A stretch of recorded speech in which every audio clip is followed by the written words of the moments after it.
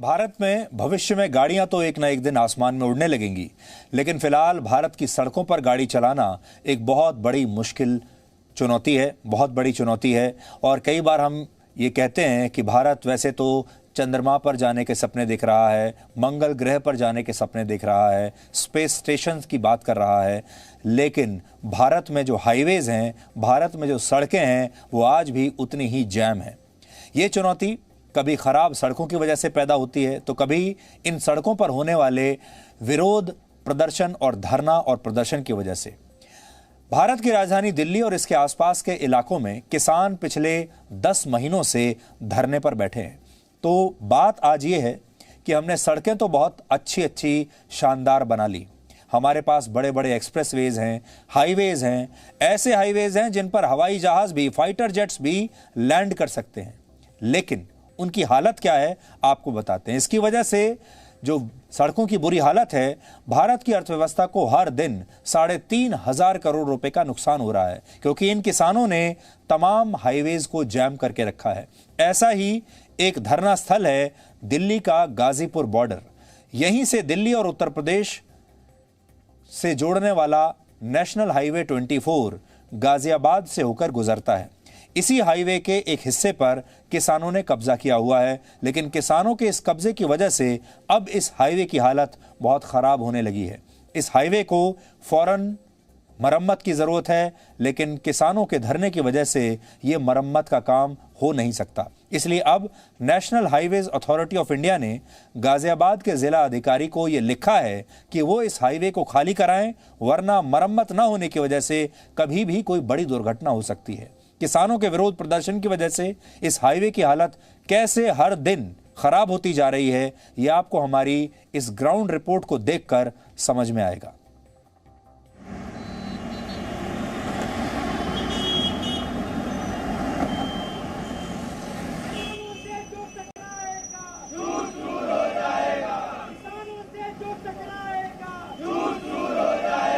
किसानों के एक आंदोलन ने देश के एक हाईवे को हाईजैक कर लिया है।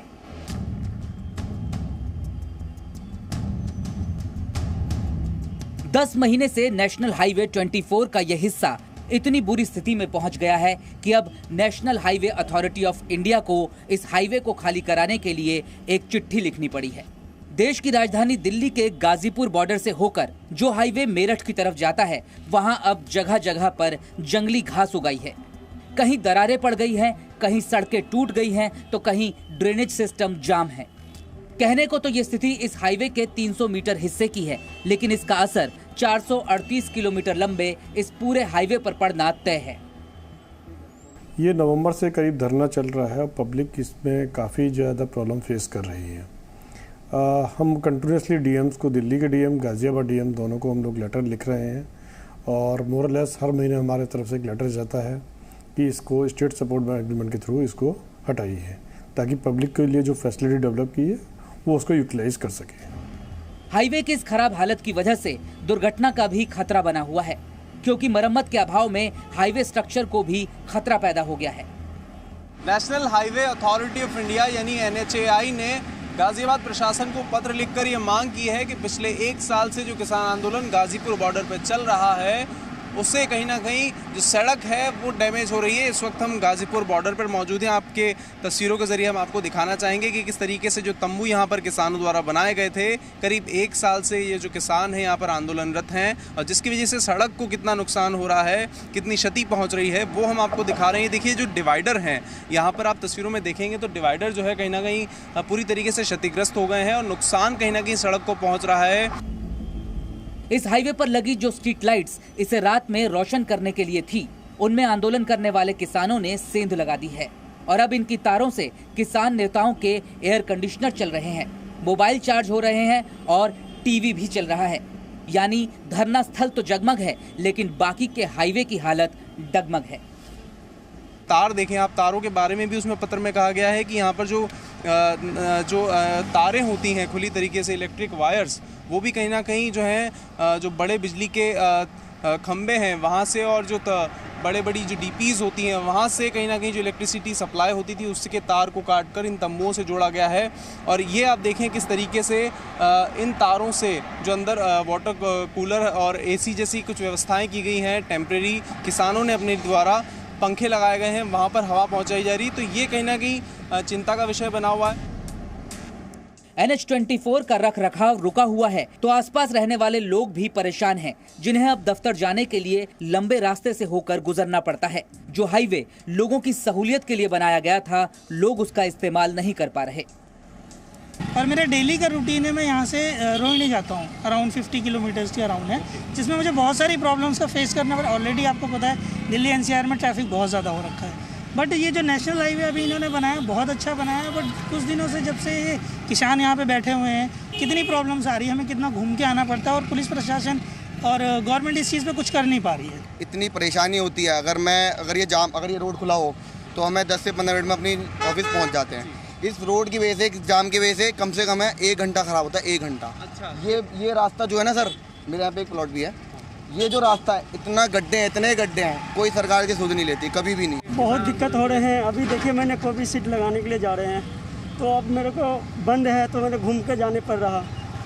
कहाँ से आ रहे हैं आप? मैं अभी आ रहा हूँ इंदिरापुरम से। इंदिरापुरम से आ रहे हैं, तो अगर दिल्ली जाते हैं तो समस्या आती है। बहुत समस्या आती है।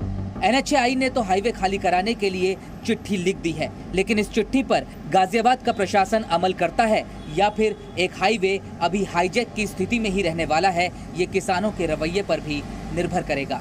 दिल्ली गाजियाबाद बॉर्डर से वैभव परमार, जी मीडिया। ये जो सड़कें हैं, ये जो हाईवेज हैं, ये टैक्स पेयर के पैसे से बनती हैं, यानी आपकी जेब से जो टैक्स जाता है उस पैसे से इन्हें बनाया जाता है और इनकी मरम्मत भी जनता के पैसे से ही होती है। और ये सड़कें क्यों बनाई जाती हैं, ये हाईवेज क्यों बनाए जाते हैं, ये भी देश के आम लोगों के लिए बनाए जाते हैं ताकि आप सब इन्हें इस्तेमाल कर सकें, आप जल्दी से जल्दी अपने घर, अपने दफ्तर या अपने काम पर पहुंच सकें, आपको कोई परेशानी ना हो। लेकिन ये देश के लोगों के साथ कितना बड़ा धोखा है कि इसके लिए भी जनता पैसा दे रही है। इतना पैसा और टैक्स देने के बावजूद जनता ही इन सड़कों का इस्तेमाल नहीं कर पा रही है और ये सड़कें बनने के बाद भी बेकार पड़ी हुई है।